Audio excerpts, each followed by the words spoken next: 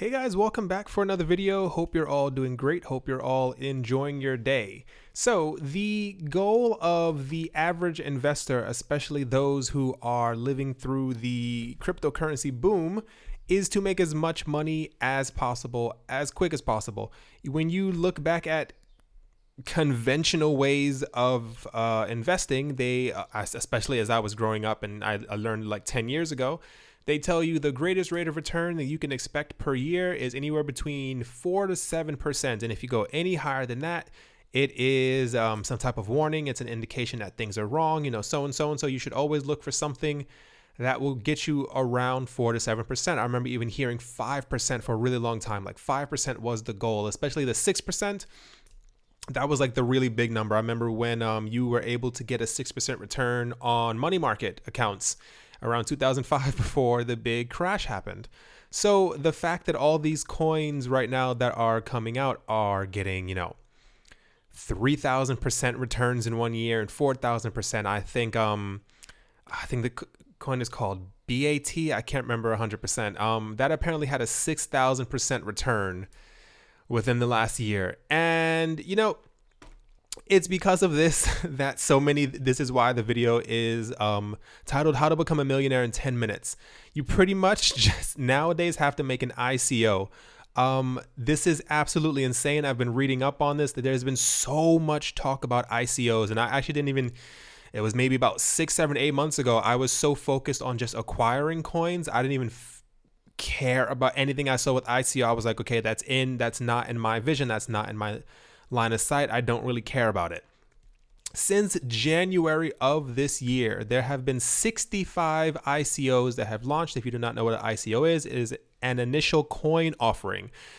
Pretty much like when a stock first comes out, there is like an initial offering for like the initial investors and stuff like that. And it kind of holds true as well for cryptocurrencies.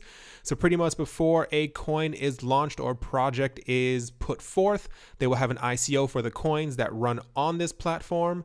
And they'll pretty much say, okay, if you help us fund this project, we'll send you a certain amount of coins in return. These 65 projects have made $522 million. That is $500 million from these projects.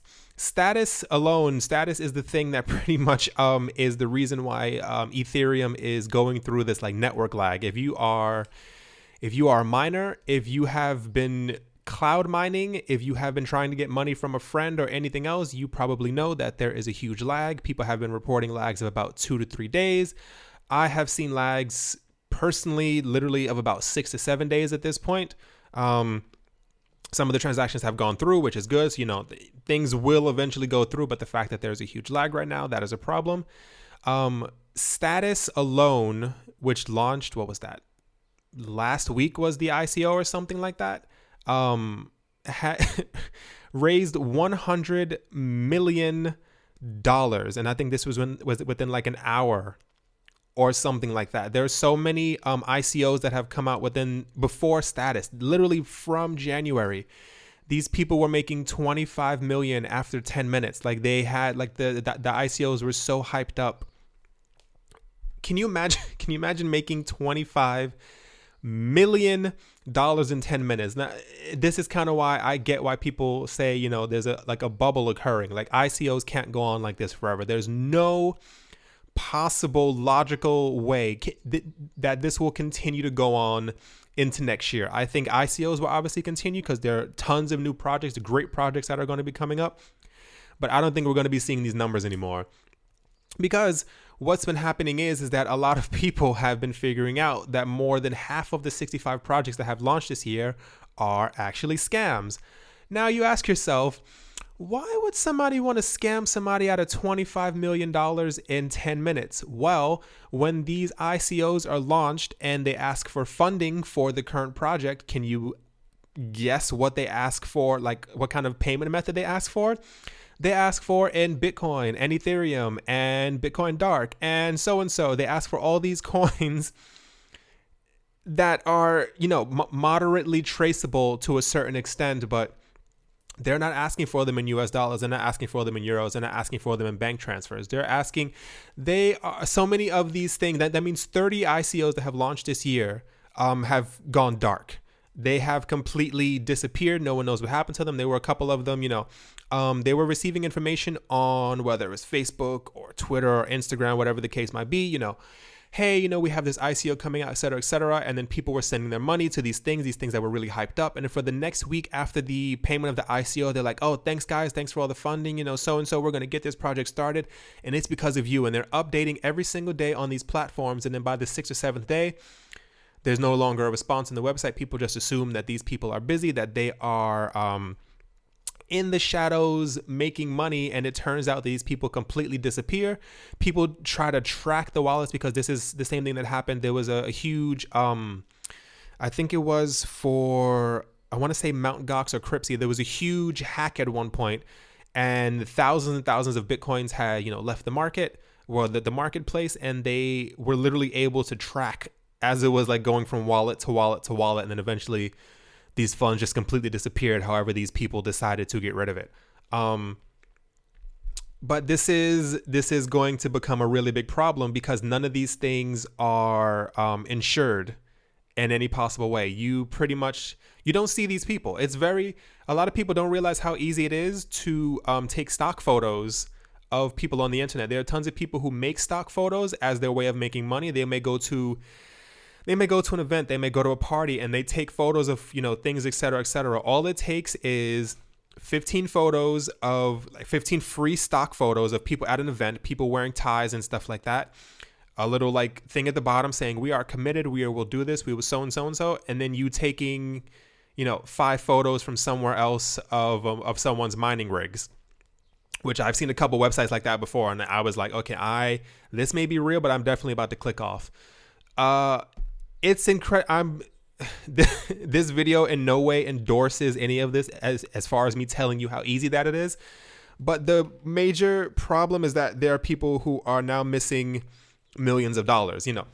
I'm not telling you to put in millions of dollars into anything, but it's what I've been seeing this so much on the internet right now. It's called FOMO, FOMO, the fear of missing out. And everyone in the world has it to some extent, but there is not one person in the crypto world who does not have FOMO, especially when you see this modern day gold rush that is tearing people apart. There's been how many people, I was going to say raise of hands. I can't see your hands and you can't see me. How many people out there are upset that they didn't get into Ethereum earlier? How many people are upset that they weren't paying attention to Ripple in January when it was less than a penny? I've said this before. If you had put $1,000 into Ripple in January, you would have around $55,000 now. It's the same with Ethereum. If you had, what was it? It was like $4 or $5 a coin or something like that. You'd be sitting on a nice sum of money. So when you have these crazy returns on these other coins, especially so like what was it, ant shares or something like that, so many other things that people aren't really picking up on, and then you look at the graph on CoinMarketCap and you see this massive explosion happening from one day to the next. After the third coin that you've heard about, that you've clicked on a video on YouTube, or that you've heard or read somewhere in the newspaper, and you're like, I can't miss out on this. There are literally people, not even rich people. It's people who put in money years and years ago, just kind of forgot about it. And these people are now millionaires. I saw a documentary. I think it was done by the BBC. I can't remember the name of it. If I can find the name of it or find the documentary, I'll put a link of it in the description. It was literally about people, it was pretty much like how you made your millions, or how rich you are, or something like that, or the new elite.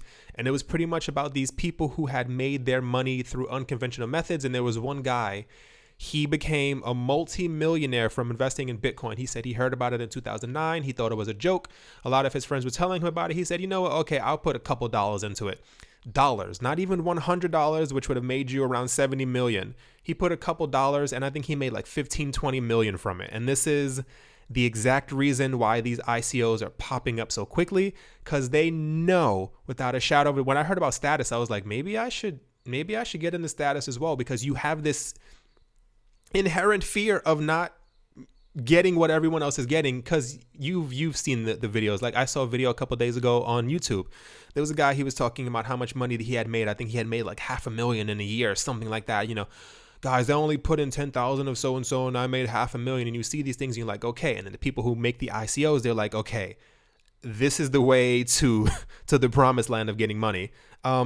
So these ICOs, in I think every single shape and form, if you are in America, these things are I want to say illegal. The word illegal has been thrown around. It's been thrown around on New York Times and a whole bunch of other places because these aren't backed by anything. When you start a funding project of some sort, it usually has to go through proper channels. And not even saying that Kickstarter is a proper channel, but you are usually linked to that account in some way. They know if you have received $1.5 million, like it is attached to your face, it is attached to your name. There's some sort of back.